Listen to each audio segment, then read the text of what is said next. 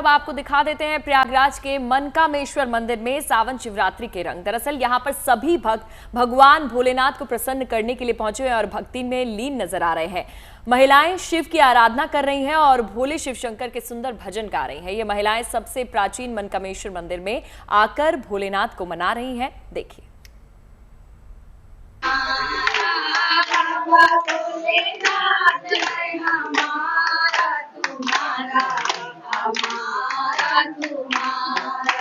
महाकाल की नगरी में आओ जन्म दोबारा, महाकाल की नगरी में आओ जन्म दोबारा, शंकर भोलानाथ हमारा तुम्हारा, भोलेनाथ हमारा तुम्हारा, हमारा तुम्हारा, नगरी के कंकड़ पत्थर हम बन जाए, भक्त हमारे ऊपर कर मंदिर जाए, भक्त जनों के पाँव पड़े तो हो उद्धार हमारा, भक्त जनों के पाँव पड़े तो हो उद्धार हमारा, शंकर भोलानाथ हमारा तुम्हारा, हमारा तुम्हारा।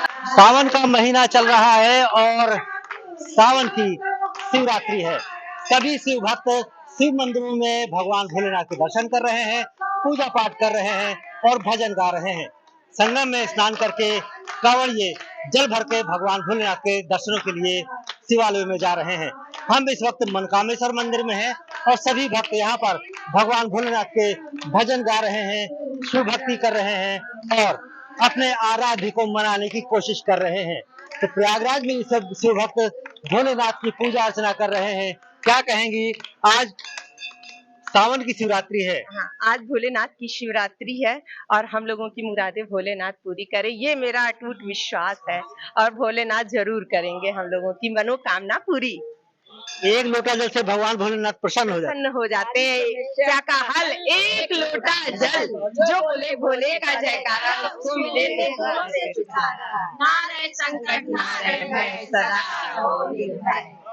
बिल्कुल, एक लोटा जल सारी समस्याओं का हल। सावन भर जो भक्त हैं भगवान भोलेनाथ को एक लोटा जल चढ़ाते हैं और भगवान भोलेनाथ एक लोटा जल से ही प्रसन्न हो जाते हैं। क्या कहेंगे?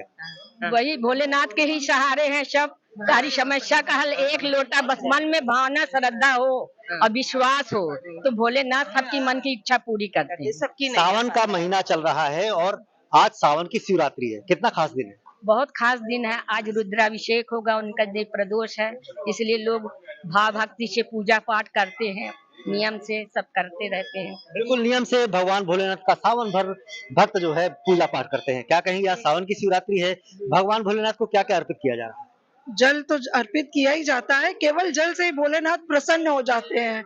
जल, बेलपत्र, शमी पत्र, धतूरा, बाकी तो अपनी श्रद्धा के अनुसार है, लेकिन भोलेनाथ ये नहीं कहते कि आप मेरे ऊपर सब लाके चढ़ाइए, वो तो केवल जल से ही प्रसन्न हो जाते हैं। और चलिए, देश भर के तमाम हिस्सों से तस्वीरें तो आपको दिखाई रहे हैं। शिवालयों में किस तरह से भक्तों का तांता लगा है वो भी तस्वीरें आप तक पहुंचा रहे हैं। मनीष का रुख कर लेते हैं। मनीष, आप जहां पर इस वक्त मौजूद हैं, मुझे ये बताइए कि प्रसादम की व्यवस्था किस तरह से यहां पर की गई है, क्योंकि मंदिर में भक्तों की तादाद भी लगातार बढ़ती जा रही है। मैं आपके पीछे जो तस्वीरें देख पा रही हूँ, इनको मैनेज करने के लिए क्या क्या व्यवस्थाएं आप देख पा रहे हैं? देखिए, पुलिस बहुत बड़ी संख्या में, ना सिर्फ मंदिर के बाहर बल्कि मंदिर के अंदर भी। और उसके अलावा आप देखिए बहुत सारे ऐसे लोग मिल जाएंगे जिनके टी शर्ट पर लिखा है कांवड़ मित्र, मतलब वो मंदिर प्रशासन के लोग हैं जो कि कांवड़ियों की मदद करने के लिए यहाँ मौजूद हैं। कोई भी अगर इस तरह से लेट कर अपनी यात्रा कर रहा है तो वो उनके चारों तरफ एक घेरा बनाते हैं ताकि वो सुरक्षित रहें, उनको चोट ना लगे और कोई और उनसे टच ना हो। ये काम कांवड़ मित्र करते हैं। इसके अलावा आपको मंदिर परिसर में ही तमाम आरएसएस की शाखा के बच्चे दिखाई पड़ जाएंगे जो कि लाइन को और दूसरी चीज़ों को मेंटेन करते हैं। तो इस तरह से प्रशासन, जो पुलिस है वो भी सब कुछ मेंटेन कर रही है, जो मंदिर प्रशासन है वो भी लगा हुआ है और साथ साथ जो आरएसएस के लोग हैं वो भी यहाँ बड़ी संख्या में शाखा के बच्चों को भेज देते हैं। तो व्यवस्था कुल मिलाकर मेंटेन रहती है, किसी को कोई दिक्कत नहीं रहती है। हाँ, बाहर जब आप जाएंगे तो वहाँ जो लोग लाइन में खड़े हुए हैं उन्हें लाइन में खड़े होने का थोड़ा बहुत इंतजार करना पड़ता है, वो भले कष्ट छोटा सा, लेकिन अगर आप बात करें कोई धक्का मुक्की है, कोई परेशानी है, तो ऐसी कोई अव्यवस्था आपको यहाँ पर दिखाई नहीं पड़ेगी। जहाँ पर शिवलिंग है वहाँ पर भी आपको पुलिस से कम 4 अधिकारी मिल जाएंगे जो कि अंदर सब कुछ मेंटेन कर रहे होंगे ताकि फटाफट दर्शन हो। ऐसा नहीं कि आप वहाँ जाएंगे तो पहले नंदी बाबा में सर झुकाएंगे, फिर आप वहाँ पर मत्था टेकेंगे, ऐसा आपको नहीं है। आप अपना जो जल है उसका ढक्कन खोल के जाइए, तुरंत वहाँ जल चढ़ाइए, आगे बढ़िए, वहाँ रुकने की कोई व्यवस्था नहीं है। और यही वजह है कि आपकी जो कतार है ये चलती हुई दिखाई पड़ेगी। ये एक जगह स्थिर नहीं है, सीमित नहीं है, लगातार इसमें लोग आगे बढ़ते रहते हैं।